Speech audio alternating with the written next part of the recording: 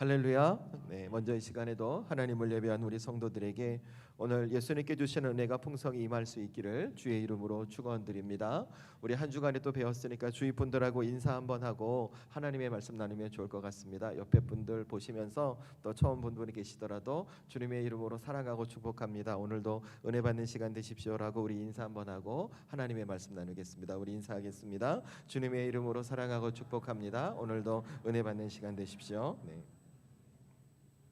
네, 오늘은 함께 읽으신 말씀 고린도후서 5장 18절 21절 말씀을 중심으로 교회 시리즈 8번째 시간이 되겠죠. 교회 시리즈 8번째 시간으로 교회는 세상이 복음을 듣게 하는 공동체입니다라는 제목의 말씀을 여러분과 함께 나누려고 합니다. 여러분, 제가 이제 교회 시리즈를 어떻게 시작하게 되었는지, 그리고 교회 시리즈 12번의 말씀이 어떤 과정을 통해서 준비하게 되는지 이미 설명을 드렸어요. 특별히 지금 나누고 있는 말씀은 교회 시리즈 제가 말씀을 준비하면서 세 번째 질문에 해당하는 그 답을 찾고 있는 말씀이 되겠죠. 그래서 다른 내용들은 이미 여러 번 말씀을 드렸으니까 여러분이 다른 영상을 통해서 확인하시면 좋을 것 같고, 제가 교회 시리즈 준비하면서 세 번째 고민했던 말씀은 이거였습니다. 이 땅에 존재하는 주님의 교회는 어떤 사명을 감당해야 되는가, 그 감당할 사명은 무엇인가를 고민하면서 말씀을 준비하고 있었어요. 여러분, 이것은 개인적인 제 신앙을 말씀드려도 그렇습니다. 저는 이 땅을 한 사람이 그리스도인, 저도 성도로서 살아가면서 제 개인의 삶에서 신앙의 본질을 놓치고 싶지 않습니다. 그리고 우리 성도들과 함께 이 교회를 목회하고 담임하는 담임 목사로도 교회 사역을 감당하면서 제 사역의 중심에 그 신앙의 본질을 놓치고 싶지 않습니다. 이것은 저와 여러분도 마찬가지일 거라고 생각합니다. 그래서 여러분도 한번 생각해 보시면 좋겠어요. 여러분이 개인의 삶을 살아가는 믿음의 사람으로 여러분의 삶의 중심, 그 신앙의 중심에서 내가 놓지 말아야 할 본질은 무엇인가? 여러분이 또 교회의 직분자로 교회의 사명을 감당해 가고 교회의 일을 감당해 가면서 내가 그 사역과 사명 속에 놓지 말아야 할 본질은 무엇인가를 한번 생각해 보시면 좋겠어요. 저는 그것을 어떻게 말씀드리고 싶냐 하면, 첫 번째 본질이 무엇인가? 그것은 우리를 구원하시기 위해 구원을 계획하신 하나님을 우리의 삶과 사역에서 놓치지 않는 거예요. 또 한 가지 본질은 무엇이냐면, 우리를 구원하시기 위해 구원을 계획하신 그 하나님의 구원을 십자가를 이루신 예수님을 저와 여러분의 삶에서 또 우리의 사역에서 본질로 놓치지 않는 것이죠. 그래서 저는 이렇게 말씀드리고 싶어요. 저와 여러분이 살아가는 믿음의 삶, 그리고 저와 여러분이 감당해 나가는 교회 공동체 안에서 감당해야 할 사명과 사역들 중에 반드시 놓치지 말아야 할 것이 무엇인가? 하나님과 예수님을 놓쳐서는 안 된다는 것입니다. 바꿔 말하면 우리의 삶을 통해, 우리의 사역을 통해 하나님이 드러나고 예수님이 드러나야 한다는 것이죠. 그래서 제가 지난주에 교회가 진짜 주님의 교회로 감당할 사명이 무엇인가라는 질문 앞에 제가 이런 말씀 드렸죠. 교회가 감당해야 할 사명들은 정말 많이 있습니다. 복음도 전해야 돼요, 전도도 해야 돼요, 선교도 해야 돼요, 구제도 해야 돼요, 예배도 잘 드려야 돼요, 다음 세도 세워야 하고, 또 세상에 성도들이 선한 영향력을 끼칠 수 있도록 목양도 잘 해야 합니다. 이거 외에도 제가 일일이 다 열거할 수 없지만 다양한 사역들이 있을 거예요. 그런데 그 사역들이 정말 우리의 삶의, 우리의 신앙의 목적이 될 수가 없다고요. 그러니까 우리가 감당하는 다양한 사역과 사명들의 목적은 무엇인가? 그 사역과 사명들을 통해서 하나님이 어떤 분인지가 드러나야 한다는 것이죠. 그래서 교회가 존재하는 이유, 교회가 감당할 사명은 뭐예요? 우리가 감당하는 사명들을 통해서, 사역들을 통해서 저 세상이 우리를 통해 하나님이 어떤 분인지를 보고 알게 하는 것이라고 말씀을 드렸어요. 왜냐하면 교회가 그렇게 세상을 향해 하나님이 어떤 분인지를 알게 해야만 하나님께서 이 땅을 계획하시고 준비하신 그 구원의 계획과 준비하심대로 저 세상도 우리처럼 하나님의 구원을 얻고 이 땅에서부터 천국 백성, 즉 하늘의 은혜를 누리며 살아갈 수 있기 때문에 그렇다는 것이죠. 그래서 교회가 감당할 가장 첫 번째 중요한 사명이 뭐예요? 교회는 세상이 하나님을 보게 하는 그 통로라는 것을 잊지 않고 살아가는 거예요. 그러니까 저와 여러분이 감당하는 교회 사역 속에 뭐가 드러나야 되냐면 하나님의 성품이 드러나야 돼요. 여러분이 누구를 만나고 살아가는 삶의 태도에서도 하나님의 인격이 드러나야 돼요. 교회를 이끌어가는 사역의 방식에서도 하나님의 방식이 드러내요. 가장 중요한 것은 우리가 감당하는 모든 사역의 자리에서 우리를 향하신 하나님의 마음과 뜻이 잘 드러나야 한다는 것이죠. 그런데 여기서 또 한 가지 질문이 생겨요. 그렇다면 교회가 세상에 하나님을 보는 통로로서의 사역과 그 사명만 잘 감당하면 되는가? 그렇지 않다는 거예요. 여러분, 제가 조금 전에 우리가 놓치지 말아야 할 본질 말씀드렸죠. 첫 번째가 하나님, 두 번째가 누구였어요? 예수님이었어요. 그죠? 그러니까 교회가 감당해야 할 사명이 또 있는 거예요. 그 사명이 무엇인가? 저와 여러분이 주호에 공개된 오늘 설교의 제목의 모습처럼, 설교의 제목처럼 교회는 세상이 복음을 듣게 하는 공동체여야 한다는 것입니다. 여러분, 이것은 저와 여러분이 갖고 계시는 신구약 성경을 보시면 잘 드러나요. 여러분 아마 지금 다 성경 갖고 계시죠? 요즘은 스마트폰에도 다 성경이 있잖아요. 그죠? 저도 성경을 영어 성경도 있고 헬라어, 히브리어 다양한 성경이 있어요. 그런데 이 성경 66권이 관통하고 있는 큰 맥락이 있습니다. 큰 맥락. 여러분, 성경이 66권이잖아요. 구약이 몇 권? 39권. 신약이 몇 권? 27권. 이 성경 60권에 관통하고 있는 한 가지 맥락인데 그게 뭔지 아세요? 제가 일부 예배 들으신 분들, 혹 저랑 그 전에 설교 들었던 분들 아실 거예요. 그 관통하는 맥락이 예수님이에요. 예수님. 그래서 제가 언젠가 설교하면서 이런 말씀 드렸어요. 구약 성경 39권은 그 성경의 이야기를 통해 어떤 이야기를 하고 있는가? 이 땅에 오실 예수님에 대한 이야기를 담고 있는 거예요. 그러면 신약 27권은, 구약은 이 땅에 오실 예수님에 대한 이야기였으니까 신약 27권은 어떤 이야기일까요? 이 땅에 오신 예수님에 대한 이야기죠. 그렇죠? 자, 그러면 생각해 보세요. 왜 하나님께서는 신구약 성경 66권을 통해 이 땅에 오실 예수님에 대해서 이 말씀해 주시고 이 땅에 오신 예수님에 대해서 우리에게 반복해서 말씀해 주실까요? 이유는 간단해요. 죄인된 인간이 이 땅에 오신 예수님을 믿고 하나님의 구원을 받으라는 거예요. 그리고 언젠가 오게 될 영원한 천국, 그 하나님의 나라에 오기까지 이 땅에서부터 천국, 즉 하늘의 은혜를 누리며 살게 오기를 바라는 것이 하나님의 뜻이기 때문에 그래요. 그래서 여러분, 성경 속에 담겨진 예수님의 이야기를 두 글자로 줄이면 뭔지 아세요? 그게 복음이에요. 복음이 멀리 있는 게 아니에요. 그래서 여러분, 이 땅에 주님의 교회로 존재하는 교회가 감당해야 할 사명이 무엇인가? 세상이 교회를 통해 하나님을 봤으니 이제 세상이 교회를 통해 하나님의 구원을 받을 수 있도록 교회는 세상이 복음을 듣게 하는 공동체로 존재해 가야 한다는 것입니다. 그래야만 이 교회를 통해 이 땅을 향한 하나님의 구원이 온전히 이루어지게 될 수 있다는 것이죠. 저는 이 교회 시리즈 말씀을 준비하면서 우리 주님의 몸된 단비교회가 이 사명을 감당할 수 있기를 원합니다.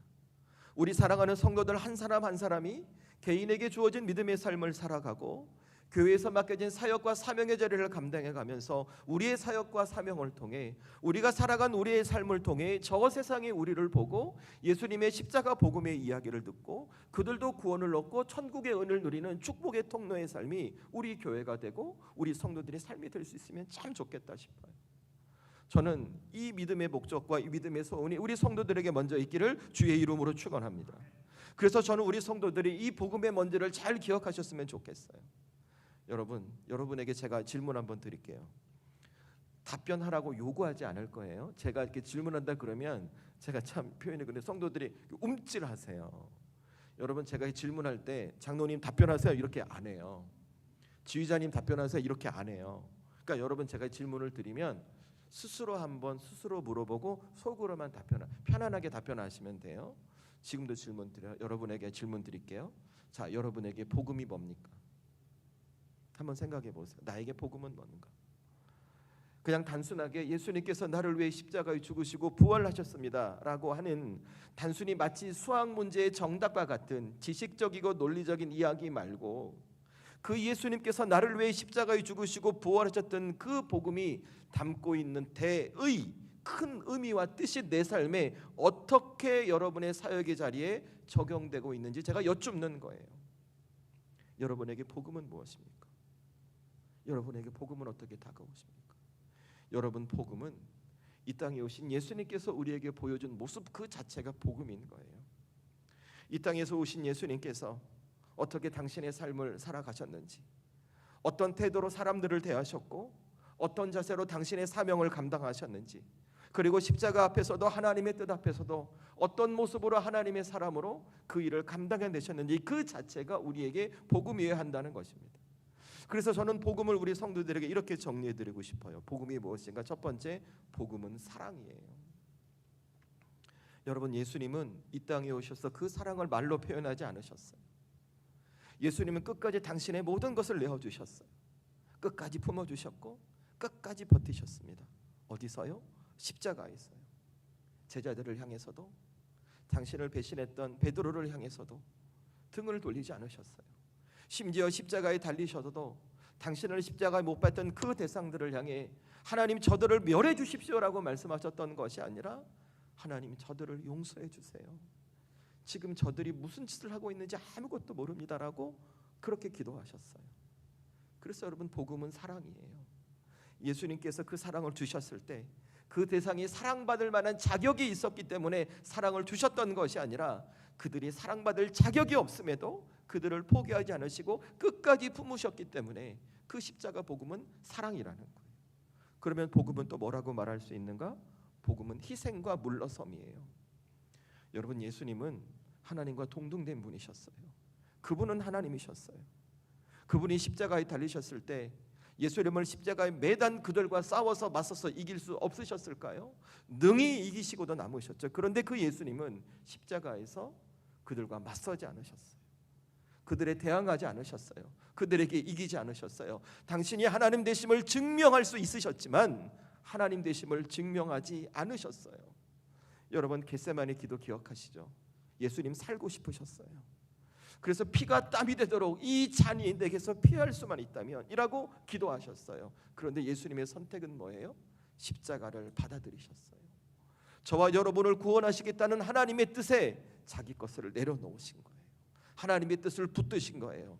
자기 것을 내려놓고 물러서셨던 것이죠. 그래서 여러분, 예수님의 십자가 복음은 희생이며 물러섬인 거죠. 그리고 또 한 가지, 복음은 기다림이고 인내예요. 여러분, 예수님께서 이 땅에 오셨을 때 제자들을 만나고 사람들을 만나셨던 그 태도를, 모습을 잘 보세요. 예수님께서 당신의 제자들 재촉하시던가요? 부족하다고, 약하다고, 실력이 없다고, 능력이 안 된다고, 왜 못해? 빨리 따라와! 이렇게 막 재촉하시던가요? 안 하셨어요. 예수님은 기다리셨어요. 참으셨어요. 믿음이 없는 모습을 보이셨어도 그들에게 책망하고 꾸중은 하셨을지언정 그들을 버리셨어요. 여러분, 예컨대 베드로가 예수님을 3번 부인했을 때 그때 생각해 보세요. 예수님께서 베드로를 버리셨던가요? 그렇지 않죠. 베드로가 다시 설 수 있도록 그를 기다려주시고 그를 참아주시고 다시 그를 찾아가 다시 회복된 삶이 될 수 있도록 먼저 손을 내미시며 회복의 기회를 주셨던 거예요. 그래서 여러분, 복음은 사람을 함부로 재단하지 않습니다. 사람을 서두르게 압박하거나 누르거나 그렇지 않습니다. 오히려 기다리고 인내하고 참아주는 것이죠. 여러분, 이 하나님의 자녀로서 구원을 담고 있는 것이, 이 복음이 담고 있는 것이 바로 이 이야기인 거예요. 저는 근데 가슴이 아픈 게 무엇이냐면 이 복음에 담고 있는, 이 복음으로 세워진 주님의 교회가 어떻게 하는가?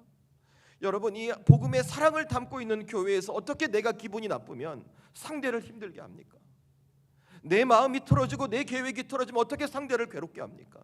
거친 말, 거친 눈빛, 정죄하고 판단하고 지적하고, 그래서 누군가를 아프게 하는 일이 어떻게 그 사랑의 복음이 있는 교회에서 일어날 수 있는 것입니까? 희생과 물러섬이 있는 이 교회 공동체, 이 복음 안에서 어떻게 하나님의 뜻보다 내 경험과 내 판단과 내 방식이 우선될 수 있는 것입니까? 기다림의 인내가 있는 이 복음이 있는 교회 안에서 왜 조금 더 기다려주지 못하고, 조금 더 품어주지 못하고, 그와 함께 해주지 못하고 누구를 정죄하고 판단하는 일들이 일어나게 되는 것입니까? 여러분, 저는 이것을 우리 교회의 이야기를 하는 것이 아닙니다. 요즘 시대의 교회들, 성도들, 저 세상이 우리를 바라보며 하는 이야기들을 잘 들어보십시오. 그 이유가 뭘까? 여러분, 요즘 시대의 교회와 성도들이 이 복음의 능력을 붙들지 못하고 이 복음 앞에 바로 서지 못해 앓고 있는 속병이 바로 그런 문제들인 것이죠. 그래서 교회가 주님의 교회로 이 땅에 존재하고 있지만, 그들이 여전히 복음을 말하고 있지만 복음의 태도는 그들의 삶 속에 없습니다. 그들의 사역성이 없습니다. 예수님의 십자가를 선포하고 말하지만 십자가의 방식을 놓쳐버린 사역의 모습과 삶의 모습이 여전히 존재하고 있다는 것이죠. 그런데 저는 오늘 이 말씀을 준비하고 이 말씀을 읽고 묵상하면서 제가 담임하고 있는 우리 단비교회만큼은, 저와 함께 믿음 삶하고 우리 성도들만큼은 저 세상에 있는 다른 교회가 어떻게 하든, 그들이 어떻게 살아가든 우리만은 그렇게 하지 말자는 것입니다. 복음은 사랑이고, 복음은 희생이고, 복음은 물러섬이고, 복음은 인내이고, 복음은 기다려줌이기에 우리가 우리의 삶을 살아가면서 우리에게 맡겨진 교회 사역을 감당해가면서 나를 통해 이 복음의 이야기가 전달될 수 있도록, 저 세상에 나의 삶을 바라보고 저 세상에 우리 교회 사역을 바라보면서 그 구원의 복음의 이야기가 잘 전될 수 있도록 우리의 삶을 다시 정돈하고, 우리의 사역을 정돈하고, 우리의 믿음과 신앙을 다시 이 예수님의 십자가 복음 앞에 세워보자는 것입니다. 그 복음으로 나를 비춰보고, 내가 부족하면 다시 이 말씀으로 수정해가고, 그래서 나의 삶을 통해 이 복음이 드러나 저도 구원의 은혜를 누리고, 저도 하나님의 은혜를 풍성히 누리며 살아가는 복된 믿음의 공동체, 복된 믿음의 삶이 저와 여러분이 되고 우리 교회가 되자는 것입니다. 저는 우리 사랑하는 성도들이 오늘 이 아침 하나님을 예배하면서 이 믿음의 소원이 있으시면 좋겠어요. 하나님, 우리 교회가 진짜 세상 가운데 복음을 이야기하는 교회가 될 수 있게 해주세요. 하나님, 제 인생이 우리 가정에서, 제 직장에서 누구를 만나든지 제가 복음을 얘기할 수 있는 믿음의 삶이 되게 해주세요. 전 우리 사랑하는 성도들에게 이 믿음의 소원이 있기를 주의 이름으로 축원합니다. 그러면 하나님 우리를 쓰실 거예요. 우리 교회를 쓰실 거예요. 우리 교회 교회처럼 성령의 바람을 불게 하셔서 이 세상이 감당할 수 없는 사역도 감당하게 하시고, 우리 성도들의 삶 하나님의 인도하심을 받게 하며 새로운 것을 꿈꾸고 기대하고 이뤄가는 복된 삶이 될 줄로 믿습니다. 여러분, 저는 그래서 오늘 고린도후서 5장의 말씀을 나누려고 해요. 왜냐하면 여러분, 사실 오늘 고린도 교회 잘 아시잖아요. 고린도 전후서 보면 은사 얘기도 많아요. 그러니까 다른 말로 하면 이 고린도 교회는 은사가 정말 많았던 교회인 거예요. 방언도 하고 통변도 하고 병 고치는 은사도 있고 뭐 다양한 은사가 있었어요. 그 교회 사역도 얼마나 활발했겠어요. 굉장히 겉으로 보면 역동적인 교회였죠. 그런데 문제가 있어요. 갈등이 있는 겁니다. 서로 싸우는 거예요. 교회 안에서 누가 누구를 찔러요. 누구를 힘들게 하는 거예요. 주님의 복음으로 세워진 이 교회가 정말 하나님 앞에 세상을 향해 복음을 말하는 교회가 되지 아니하고 갈등과 분열을 일으키고 세상이 볼 때 싸우는 공동체로. 여러분, 세상에 이런 말이 있죠. 세상에 제일 재밌는 구경이 불구경하고 또 어떤 구경? 싸움 구경이라고요. 고린도 교회가 그랬던 거예요. 이런 교회를 향해 사도 바울이 뭐라고 얘기한 줄 아세요? 여러분, 오늘 말씀 18절 말씀을 사도 바울이 이야기하는 거예요. 저와 여러분이 18절 말씀 함께 읽겠습니다. 시작. 모든 것이 하나님께로서 났음에 그가 그리스도로 말미암아 우리를 자기와 화목하게 하시고 또 우리에게 화목케 하는 직분을 주셨으니 아멘. 저와 여러분이 이 말씀에서 중요하게 보셔야 할 부분이 어디냐면 18절 후반부 화목케 하는 직분을 주셨다는 거예요. 고린도 교회를 향해, 싸우고 있는 고린도 교회를 향해 사도 바울이 얘들아, 너희에게 하나님께서 화목케 하는 직분을 주셨어라고 얘기하는 거예요. 무슨 말일까요? 교회에 사명이 있다는 거예요. 교회 공동체가 감당해야 할 사명이 있다는 거예요. 세상이 하나님과 화목케 할 수 있도록 너희가 복음을 드러내야 하는 사명이 있음을 오늘 사도 바울이 이야기하고 있는 거예요. 여러분, 저는 우리 성도들이 오늘 이 바울의 이야기 말씀을 잘 붙드셨으면 좋겠어요. 여러분, 오늘 사도 바울 문제 있는 고린도 교회를 향해서 누군가의 태도를 지적하지 않았어요. 한 사람 너 때문에 그래라고 말하지 않았어요. 고린도 교회가 갖고 있는 어떤 조직이나 시스템이나 원칙을 이야기하지 않았어요. 딱 한 가지 합니다. 그들을 다시 복음 앞으로 데리고 들어가는 거예요. 그리고 그들에게 사명을 확인시켜 줍니다. 고린도 교회의 모든 문제는 뭐 때문에요? 그들이 복음을 놓치고 있었기 때문에 그렇다는 거예요. 저는 이 시대의 교회를 바라보고 이 시대의 많은 성도들을 바라보며 이 말씀이 우리에게 정답이 될 수 있다고 생각해요. 왜 이 땅의 많은 교회들이 세상을 향해 손가락질을 받고 주님의 교회로서의 사명을 감당하지 못할까? 이 땅의 성도들이 갖고 있는 믿음의 능력이, 신앙의 실력이 왜 그들의 삶에서 다시 발휘되지 못할까? 우리가 어쩌면 이 복음을 놓치고 있을지도 모른다는 것이죠.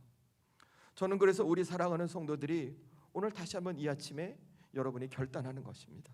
내가 교회의 사역을 감당해 가며 동시에 내가 주어진 믿음의 삶을 살아가며 이 복음 앞에 나를 다시 세우고 이 복음의 능력을 내 마음과 심령에 담고 그 담은 믿음의 태도와 자세를 갖고 여러분에게 주어진 사역을 감당하고 주어진 삶을 살아내는 것이죠. 저는 그렇게 될 때 저는 반드시 우리 교회가 아무리 세상이 어렵고 힘들다 할지라도 우리 단비교회만큼은 이 세상에 예수님의 십자가 복음의 이야기를 전하는 교회, 우리 성도들만큼은 이 복음의 능력을 경험하고 복음을 말함으로 누군가도 구원받게 하는 은혜의 통로의 삶이 반드시 될 줄로 믿습니다. 그러니 여러분, 오늘 이 아침에 우리 정말 마음속으로 결단하십시다. 하나님, 제가 다시 복음 앞에 서겠습니다. 이 복음의 은혜를, 이 직분을 놓치지 않겠습니다. 이렇게 결단하는 우리 성도들 될 수 있기를 주의 이름으로 축원합니다. 그래서 제가 오늘 여러분에게 두 가지만 말씀드릴 거예요. 두 가지지만 좋아하지 마세요. 세 가지 같은 두 가지예요. 쓰다 보니까 이게 길어져 가지고 첫 번째 여러분이 뭘 기억하시냐면 이거예요. 내가 정말 교회 사역을 감당하고 내게 주어진 삶을 살아가며 내 삶이 교회의 사역이 복음은 세상을 향해 복음을 말할 수 있기 위해서 첫 번째 기억할 것 이거예요. 내가 하나님의 은혜로, 복음의 은혜로 살아난 자임을 잊지 않고 살아가는 거예요. 여러분, 제가 조금 더 언급해 드렸지만 고린도 교회 외적으로 보잖아요. 은사도 많은 교회예요. 사역도 활발했던 교회였어요. 그런데 그 교회가 교회다움이 잃어가죠. 서로 당을 짓고 싸우고 분란 일으키고 갈등 일으키고 싸워서 네가 옳으니 내가 옳으니 내가 맞니 네가 맞니 계속 이 이야기를 해요. 결과적으로 그 교회가 예수님의 십자가 복음을 듣지 못하게 하는 그런 안타까움에 빠졌어요. 그런데 여러분, 오늘 바울이 가장 먼저 고린도에게 한 이야기가 무엇인가? 여러분 18절 다시 보세요. 제가 읽겠습니다. 눈으로 따라오세요. 모든 것이 하나님께로 났음에 그가 그리스도로 말미암아 우리를 자기와 화목하게 하시고 또 우리에게 화목케 하는 직분을 주셨으니 아멘. 그런데 여러분이 어디까지 보시냐면 모든 것이 하나님께로 났으며 그가 그리스도로 말미암아 우리를 자기와 화목하게 하시고까지만 보시면 돼요. 첫 번째 이거예요. 자, 여러분, 오늘 다투고 싸우고 갈등 이런 고린도 교회를 향해 사도 바울이 하는 의미가 뭘까요? 고린도 교회와 고린도 교회 성도들의 출발점이 복음의 은혜라는 거예요. 다시 말해, 오늘 고린도 교회가 주님의 교회로 존재하면서 갈등을 일으키고 싸우고 그들이 세상을 향해 복음을 말할 수 없었던 가장 큰 이유가 무엇인가? 그들이 출발점이 아무런 조건 없이 그들을 구원해 주신 예수님의 십자가 대속의 은혜라는 사실을 놓쳤기 때문이라는 거예요. 그러니까 교회 안에 어떤 일이 생기냐면 누가 옳은지를 이야기 생각합니다. 내가 은혜 받아서, 내가 구원의 은혜 받아서 교회 공동체가 되고 하나님의 사람이 되었는데 내가 여기 오래 있었다는 이유로, 내가 리더에 있었다는 이유로, 내 경험이 많다는 이유로 내가 옳다고 이야기를 시작하는 거예요. 내가 누구에게 복음을 사사 받았는지를 설명하기 시작하는 거예요. 누구에게 영향력이 더 있었는지를 따지기 시작하는 것입니다. 그러니까 어떤 일이 생기냐면 결과적으로 교회가 존재하고 있는데 그 교회가 예수님의 십자가 복음의 이야기를 하지 못하게 되는 거예요. 여러분, 이 장면을 보시면서 우리 성도들이 아주 여러분의 신앙 안에서 중요한 믿음의 원칙을 깨달으셔야 돼요. 뭐냐면 교회가, 성도가 우리의 출발점이 복음의 은혜라는 것을 잊기 시작하잖아요. 그러면 주님의 교회와 성도는 이제 어떻게 한다고요? 상대를 평가하기 시작해요. 왜냐하면 내가 너보다 먼저 왔거든요. 내가 너보다 많이 했거든요. 내 공로가 드러나는 거예요. 그래서 어떻게 해요? 내 뜻대로 해야 되니까 말이 날카로워져요. 언어가 날카로워져요. 상대를 바라보는 기준이 예수님이 아니라 세상의 방식인 거죠. 기다려주지 않아요. 내 뜻과 원대로 않잖아요. 그러면 내가 이러면서 이런 일이 생기는 거예요. 그리고 따라오지 못하면 채근하고 책망하고 불평하고 불만하기 시작하는 거죠. 고린도 교회와 고린도 교회 성도들이 그랬어요. 그런데 여러분, 이 고린도 교회에게 사도 바울의 이야기를 잘 보세요. 그들이 지금 뭘 더해야 한다고 이야기하지 않아요. 이 공동체가 어떻게 생겨난 공동체인데 너희가 이럴 수 있어라고 그들을 책망하지 않아요. 딱 한 가지 이야기합니다. 예수님의 십자가 복음. 그들이 어떻게 하나님의 자녀가 되었는지, 그들이 어떻게 주님의 교회라는 그 참 공동체가 되었는지 그 출발을 이야기하고 있는 거예요. 자, 여러분, 오늘 성경에 그 출발이 뭐였어요? 고린도 교회가, 고린도 교회 성도들이 성도의 직분을 갖고 교회의 공동체가 될 수 있었던 그 출발이 뭐였어요? 예수님의 십자가 복음이었어요. 그 어떤 조건도 따지지 않고 그들을 구원해 주셨던 그 복음의 사랑. 예수님께서 고통의 순간에도 그들을 구원하시기 위해 당신의 모든 것을 내려놔 주셨던 그 희생과 물러섬의 복음, 실수해도 문제가 있어도 그들을 포기하지 않으시고 끝까지 그들을 지켜주셨던 그 인내와 기다림의 복음, 그 복음의 은혜 때문에 여전히 그들은 교회 공동체로 존재하고 여전히 그들은 성도로 살아갈 수 있었던 것이죠. 오늘 말씀에서도 그들이 실수하고 부족했지만 그 복음의 은혜 때문에 다시 주님의 교회가 될 수 있는 기회를 얻고 있는 것이잖아요. 그래서 여러분, 진짜 교회가 주님의 교회로서 이 땅에 복음을 드러낼 수 있는 가장 중요한 그 사명을 회복하는 방법은 딱 한 가지예요. 내가 이 자리에 있는 것, 우리 교회 동체가 세웠다는 것은 온전히 그 예수님의 십자가 복음의 은혜가 출발이었다는 것을 잊지 않고 살아가는 거예요. 여러분, 이것은 저와 여러분도 다를 수 없어요. 우리 교회 공동체도 마찬가지예요. 여러분, 교회가 세상을 향해 복음을 말할 수 있는 것은 교회가 복음을 맡았기 때문에, 복음이라는 정답을 갖고 있기 때문에 세상을 향해 복음을 말할 수 있는 게 아니에요. 세상 잘 보세요. 교회 아무리 많아도 거기에 교회 복음 없어요? 여기 성경 없어요? 다 있어요. 복음 말 못해요. 왠 줄 아세요?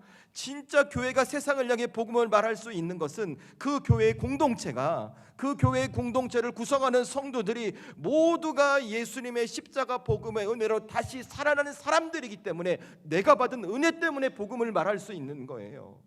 그래서 여러분, 성도는, 교회는 우리의 출발이 예수님의 십자가 복음의 은혜라는 것을 절대 놓쳐서는 안 된다는 것입니다. 이것을 꼭 붙들고 있어야만 우리가 믿음의 삶을 살아내는 거예요. 이것을 꼭 붙들고 있으셔야만 여러분의 맡겨진 사명을 하나님의 뜻 안에서 감당해낼 수 있는 거예요.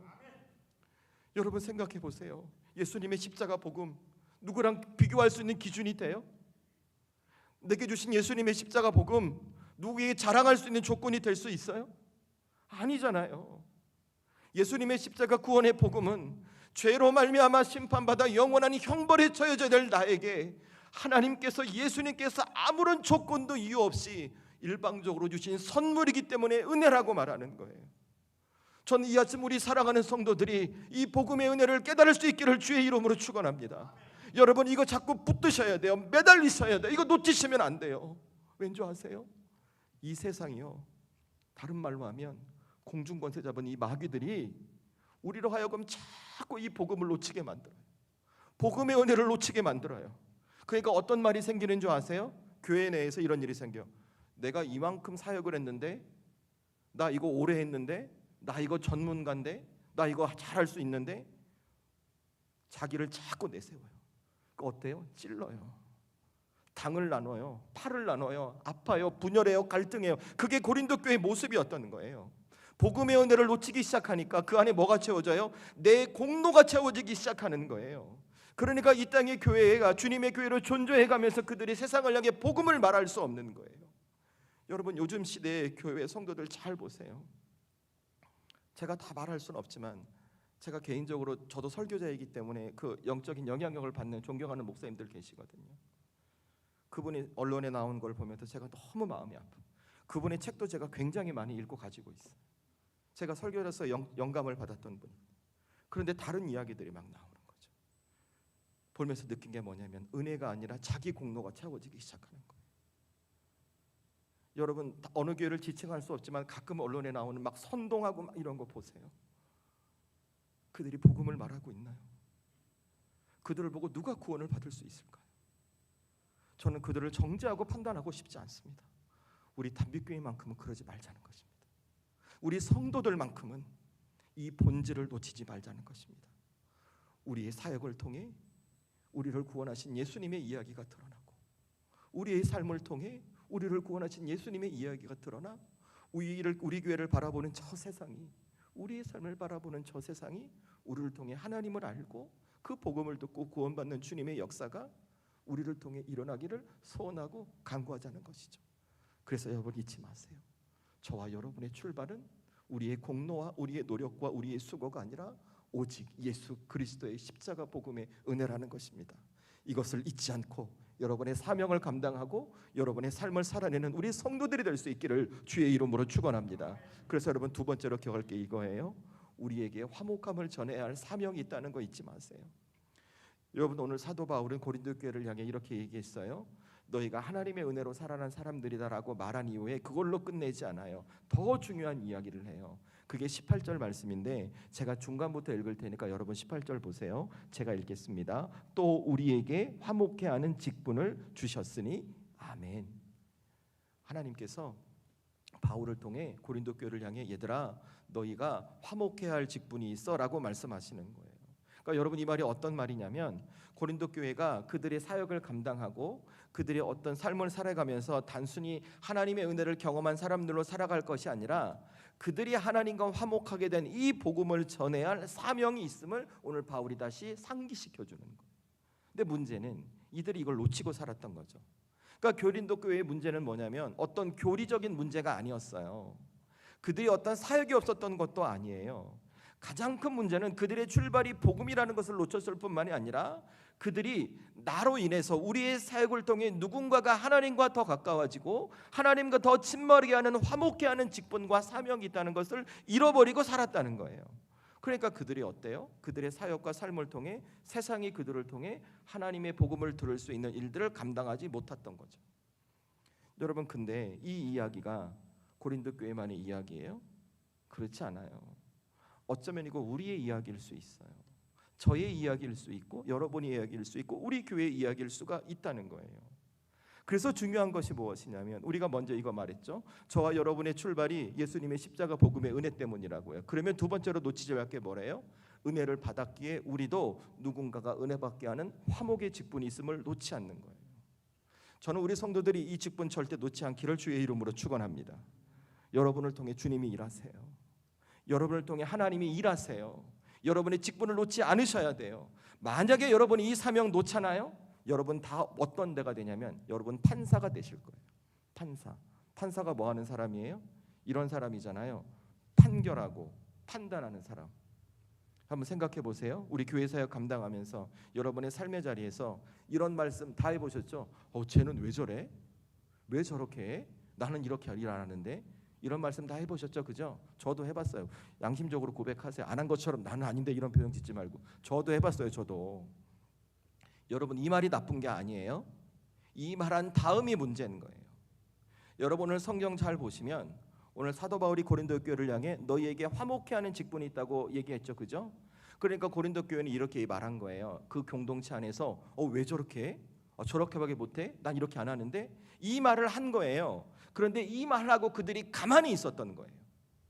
그런데 바울은 너에게 화목해 하는 직분이 있다는 것은 그 말하고 가만히 있지 말라는 거예요. 어떻게 하라고요? 화목의 은혜를 감당하라는 거예요. 화목의 사명을 감당하라는 거예요. 자 그러면 화목이 뭘까요? 화목해 하는 사명이 뭘까? 잘 들으세요. 지금부터 여러분 이거 되게 중요해요. 여러분 화목은 내가 중립을 지키는 게 아니에요. 그냥 좋은 게 좋은 거니까 누군가의 갈등 일으키고 싸우기 싫으니까 그냥 내가 참고 이렇게 해야지. 이게 화목이 아니에요. 이 성경이 말하는 화목은 그게 아니에요. 화목은 나보다 부족한 사람, 나보다 약한 사람, 나보다 하지 못하는 사람을 위해서 내가 지금 있는 내 자리에서 내려오는 게 화목이에요. 예수님이 그렇게 하셨어요. 오늘 성경 보면 우리와 하나님이 화목하게 되었다고 말씀하시죠. 예수님께서 뭐 감당하셨어요? 하늘 보좌에 내려오셔서 이 땅에 내려오시사 십자가에 달려 죽으심으로 자기의 자리를 포기하시고 십자가 대속을 감당하심에 하나님과 우리가 화목하게 되었어요. 여러분 그래서 화목은 말이 아니라 태도예요. 화목은 자기 주장을 있는 것이 아니라 자기의 내려놓음이 화목인 거예요. 그래서 여러분 교회 공동체에서 어떤 사역을 감당하고 여러분이 개인의 삶을 살아가면서 이렇게 말씀하실 수 있어요. 저 사람은 왜 저렇게 하지? 왜 저렇게밖에 못할까? 나는 저렇게 하는데 이 말씀할 수는 있어요. 그런데 화목해하는 사명을 감당한 사람은 어떤 사람들인가? 그 말한 이후에 그렇게밖에 할 수 없는 그를 위해 내가 내 자리에서 내려와 그를 돕는 게 화목해하는 사람입니다. 그렇게밖에 할 수 없고 그렇게밖에 볼 수 없고 그렇게밖에 생각할 수 없는 그를 위해 내 경험의 자리, 내 판단의 자리를 내려놓고 그 옆에 다가가 품어주고 기다려주고 이끌어주고 함께해주고 참아주는 사람이 화목해하는 직분을 감당하는 사람이라는 것입니다. 예수님께서 우리에게 그렇게 하셨어요. 그래서 저와 여러분에게 그 화목해하는 직분이 있다는 거예요.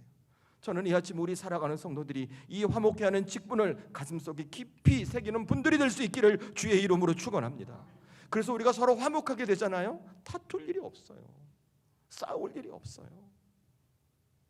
그 여러분 이거 아셔야 돼요. 교회는요, 옳음을 주장하는 공동체가 아니에요. 교회는 자기가 옳다고 자기의 옳음을 말하는 사람들의 공동체가 아니라, 교회는 나와 너를 살리기 위해서 나의 옳음을 내려놓을 줄 아는 사람들의 공동체예요. 하나님 앞에서. 그래서 교회와 성도들이 이 직분을 놓치고 살아가게 되잖아요. 그럼 어떻게 해요? 따지기 시작하는 거예요. 네가 옳으니 내가 옳으니, 내가 먼저니 네가 먼저니, 누가 맞느니 내가 막 증명하기 시작해요. 그러니까 뭐가 중요한가? 교회 안에서 예수님의 말씀보다 세상법이 중요해요. 예수님의 말씀보다 사람의 주장이 중요해요. 그래서 고린도 교회 보세요. 세상 법정에 송사하잖아요. 사도 바울이 얘기하잖아요. 너희가 천사를 판단할 만큼 하나님의 직분을 갖고 있으면 어떻게 그렇게 할 수 있냐고 말하잖아요. 그 이유가 뭘까요? 이 직분을 잃어버렸기 때문인 거예요. 그러니 교회는 어떤 공동체가 됩니까? 세상을 향해 복음을 말하는 공동체가 아니라 세상이 싸움 구경하는 공동체가 될 수밖에 없다는 거예요. 여러분, 세상의 뉴스에 가끔 나오잖아요. 저 한 사람의 목회자를 그거 보면서 너무 가슴이 아파요. 전도의 문이 막히는 것 같고, 선교의 문이 막히는 것 같고, 예수님이 그런 분이 아닌데, 내가 만난 하나님은 그런 분이 아닌데, 내가 본 성경에는 하나님은 그런 분이 아니신데, 어떤 때는 너무 화가 나고 속상해요. 저는 오늘 우리 살아가는 성도들이 이 말씀을 꼭 붙으셨으면 좋겠습니다. 여러분, 우리 고린도 교회의 이야기는 아주 먼 2000년 전에 어느 한 교회의 이야기가 아니라 지금 이 시대에 주님의 교회로 존재하고 있는 우리 교회의 이야기하고 우리의 이야기가 될 수 있어요. 그래서 저는 우리 성도들이 이 아침에 한번 스스로 질문을 던져보시면 좋겠어요. 나는 내게 주어진 믿음의 삶을 살아가고 내게 맡겨진 교회의 사명을 감당해 가면서 정말 오늘 예수님 말씀하시는 화목케 하는 직분을 감당하는 사람으로 서 있는가? 한번 스스로 나를 살펴보시고 내게 질문해 보세요. 여러분, 저도 그렇지만 이 신앙생활을 오래 하다 보잖아요. 이렇게 연수가, 믿음의 연수가 오래되고 저처럼 이렇게 막 이런 거 하다 보면 어느 순간 그렇게 되는 것 같아요. 이것이 하나님의 은혜였음을 믿고 제 경험, 나의 경험으로 어떤 문제를 해결해 가려고 하는 것 같아요. 저부터도 그런 것 같아요. 그러니까 이런 거죠. 나 이거 많이 해봤어. 내게 경험이 많아. 그래서 이렇게 하면 돼. 물론 틀린 말은 아닙니다. 주님의 교회가 교회되기 위해서 우리 성도들의 사역의 경험, 또 신앙의 연륜 너무나 중요하죠. 그런데 우리에게 우리 사역의 경험, 신앙의 연륜보다 하나님께서 우리에게 맡겨주신 화목케 하는 직분이 앞서야 한다는 거예요. 그 직분이 앞서지 않으면 우리는 어느 순간 판단하는 사람이 되어버릴 거예요. 그리고 정죄하고 지적하고 책망하고, 내 마음이 들면 잘하고 내 마음이 안 들면 누군가를 미워하는, 그래서 하나님이 그를 보며 아파하시는 그 모습이 우리가 될 수 있을 수 있다는 거예요. 우리 성도들, 여러분 그렇게 하지 마십시다. 그렇게 하실 수 있죠? 대답 좀 해주세요. 그렇게 하실 수 있죠? 아멘. 저는 우리 담비교회가 예수님의 복음의 은혜로 다시 살아가는 믿음의 공동체가 되기를 원하고, 전 우리 살아가는 성도들이 그 십자가 복음의 은혜로 화목케 하는 직분을 감당하는 믿음의 사람이 되기를 원합니다. 여러분, 이 말씀 붙들고 우리 교회 지켜가십시다. 이 어려운 시대에 주님의 몸된 교회 지켜가고 우리의 삶을 그렇게 살아내 보십시다. 그럴 때 우리 주님은 반드시 저와 여러분이 섬기는 이 담비교회를 통해 이 세상의 복음을 듣는 아름다운 믿음의 공동체, 저와 여러분의 삶을 통해 이 세상의 복음을 경험하고 누군가도 구원받게 하는 아름다운 믿음의 삶으로 우리 주님 새롭게 빚어가시고 세워가실 줄로 믿습니다. 이 주님의 은혜가 우리 교회와 성도들에게 함께할 수 있기를 주의 이름으로 축원합니다. 말씀을 마무리하겠습니다. 사실은 교회 시리즈 준비하면서 제가 갖고 있던 목회 철학도 많이 고민하게 되고, 제가 사역을 이끌어가는 목회의 방향도 많이 고민하게 됩니다. 한 교회를 담임하고 이끌어가면서 때로는 두려운 마음도 많이 있습니다. 그런데 하나님 이 말씀을 준비하며 제게 주셨던 마음은 다른 거 생각하지 말고 너에게 맡겨진 사명에 집중해라는 말씀이십니다. 그 교회의 사명은 우리 교회가 세상의 복음을 듣게 하는 공동체가 되는 것이고, 우리 성도들이 누군가에게 복음을 듣게 하는 은혜의 사람이 되게 하는 것입니다. 저는 여기에 집중하려 합니다. 여러분 함께 해주십시오. 오늘 주신 말씀 기억하시면서 여러분 우리 교회 정말 맡겨진 사명 감당할 때마다, 여러분의 주어진 삶을 살아갈 때마다 여러분의 시작이, 우리 교회의 시작이 예수님의 십자가 복음의 은혜였다는 거 잊지 마시고, 동시에 지금 내게 직분이 있으되 나를 통해 누군가가 하나님과 화목해하는 특별한 사명이 있지 말고 여러분 살아가십시오. 어쩌면 그 길이 내게 힘들지도 몰라요. 억울하고 속상할지도 몰라요. 그런데 우리 주님은 다 보십니다. 그리고 반드시 주님이 우리에게 말씀하신 대로 새로운 역사를 이루어 주실 것입니다. 그러니 이 시간 우리 이렇게 기도하십시다. 하나님, 제가 다시 한번 저의 출발이 복음이라는 거 잊지 않고 이 화목해하는 직분 잘 감당하겠습니다. 다시 복음 앞에 서게 하시고 저를 변화시켜 가시고 저를 수성시켜 가셔서 우리 교회가 정말 주님의 교회로 사명을 감당하고 제가 믿음의 사람으로 잘 살아갈 수 있도록 주님 저를 붙들어 주십시오. 이렇게 기도하며 우리 함께 은혜를 구하십시다. 우리 기도하기 전에 왕이신 나의 하나님, 우리 찬양으로 고백하고 기도하겠습니다.